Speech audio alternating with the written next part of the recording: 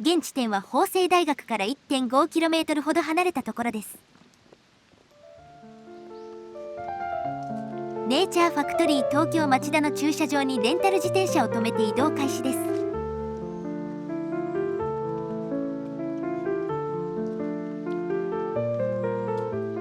あなたのチャンネル登録が旅の始まりです。さあ、新しい景色へ。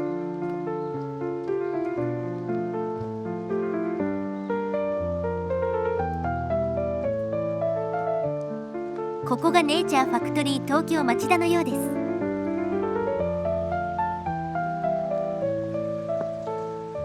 2023年にここの敷地内でクマが出没しています。高尾山からつながっている山ですが、都内にもクマが160頭ほど生息しているようです。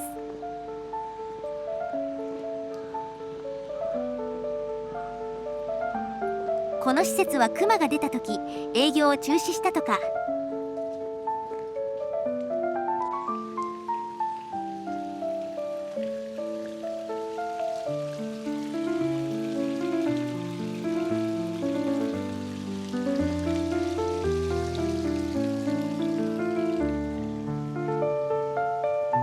今回はこの付近にある境川の源流を目指します。境川は東京と神奈川の県境になっており、江ノ島あたりが河口なので見たことある人多いのでは。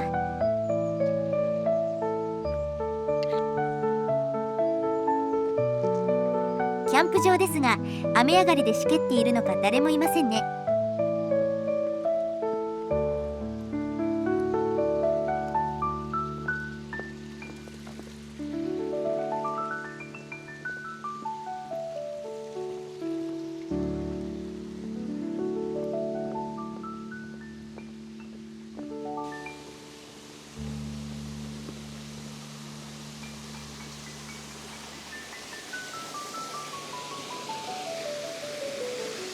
境川です。さすがに最上流は清流ですね。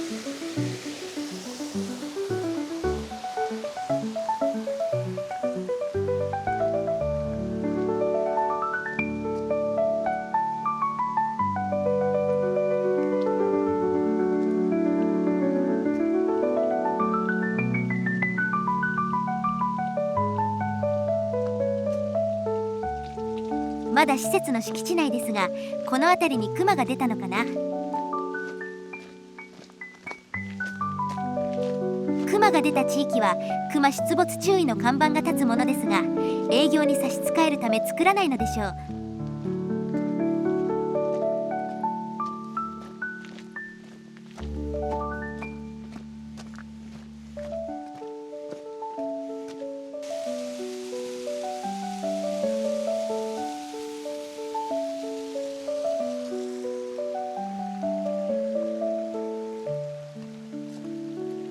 整備業者だろうか、凄まじい勢いの焚き火をしており、全身が煙臭くなった。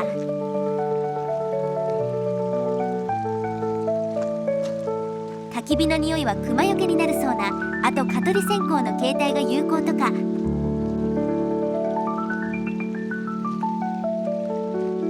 熊鈴とかラジオとか役に立たないそうですね。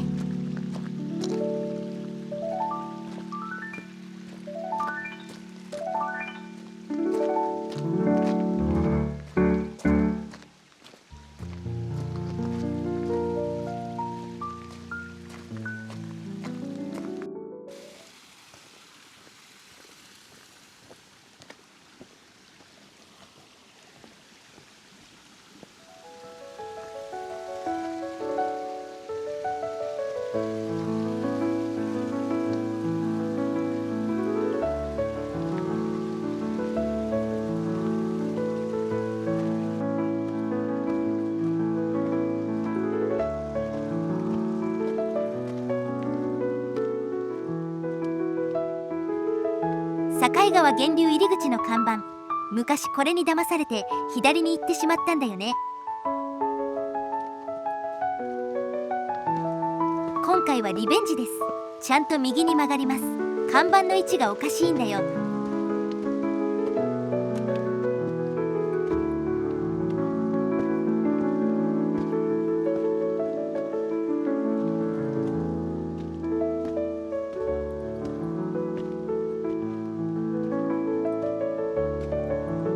谷間になっています。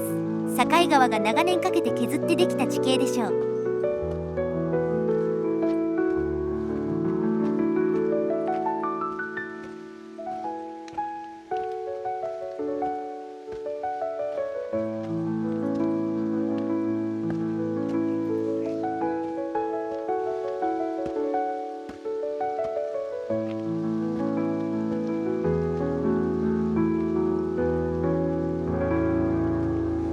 ここですね。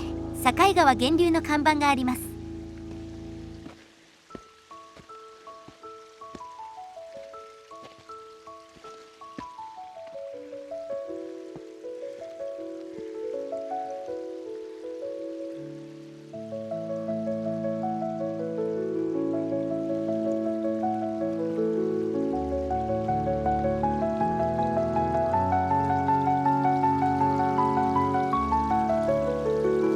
山の斜面から水が湧き出ています。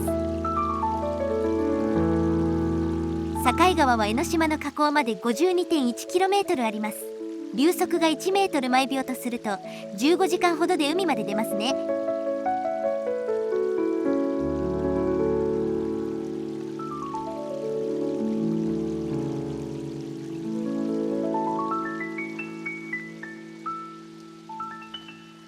ここだけじゃなく、いろいろな場所からの湧水が集結してるのでしょうけどね。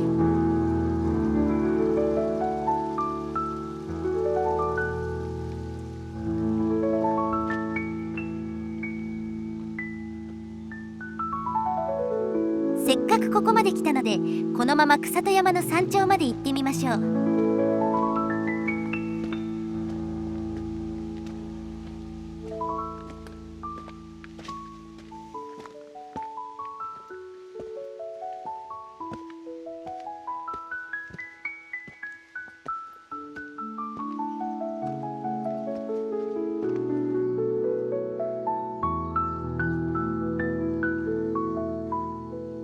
曇ってしまいましたね。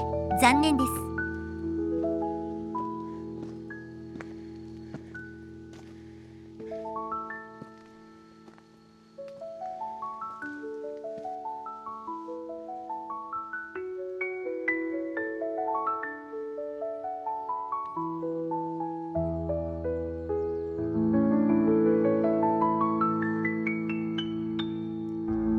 頂上です。町田市最高峰の草戸山、標高364メートル、高尾山の半分くらいですね。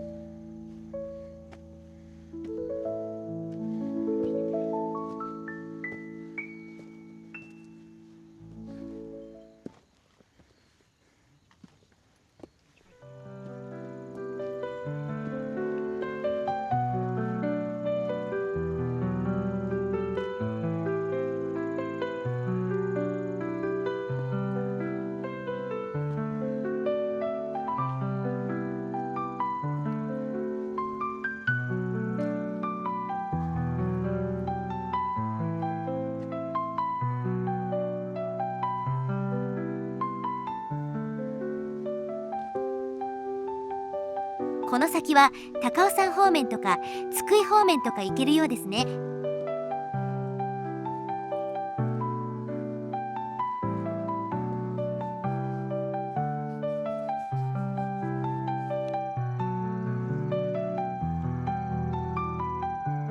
熊鈴と犬を装備した人がいるよ。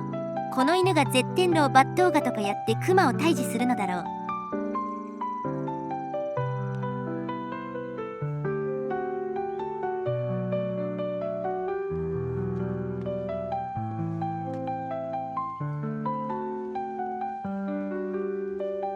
曇っていて見通しやし。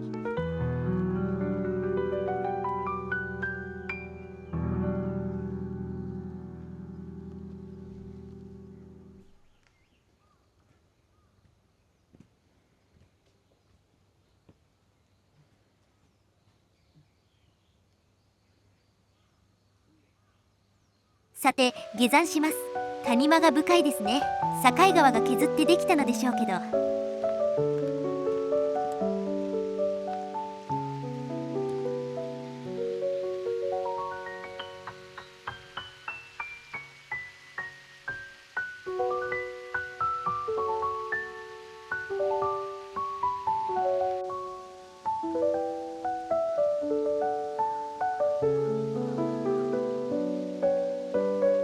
ようやく秋になりましたね。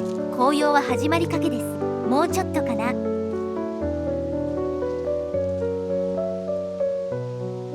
小仏層、町田市で見られる最も古い地層で1億年ほど前の深海の堆積物だそうな。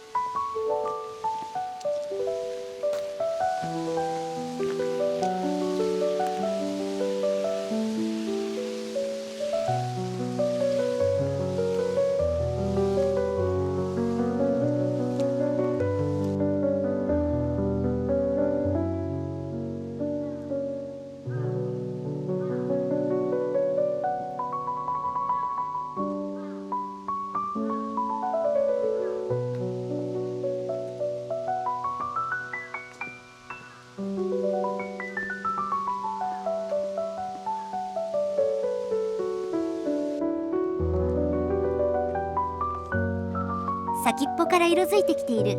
1週間くらいで染まるのかな。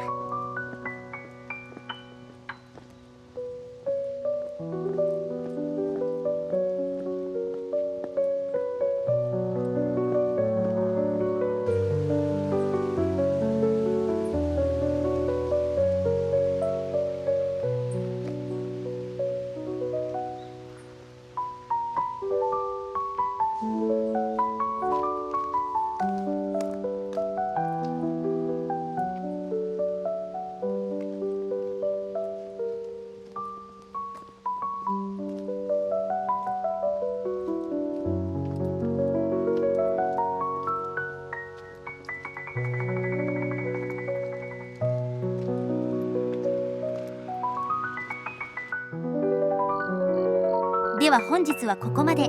ご視聴ありがとうございました。あなたのチャンネル登録が次の旅の力です。いいねも応援になります。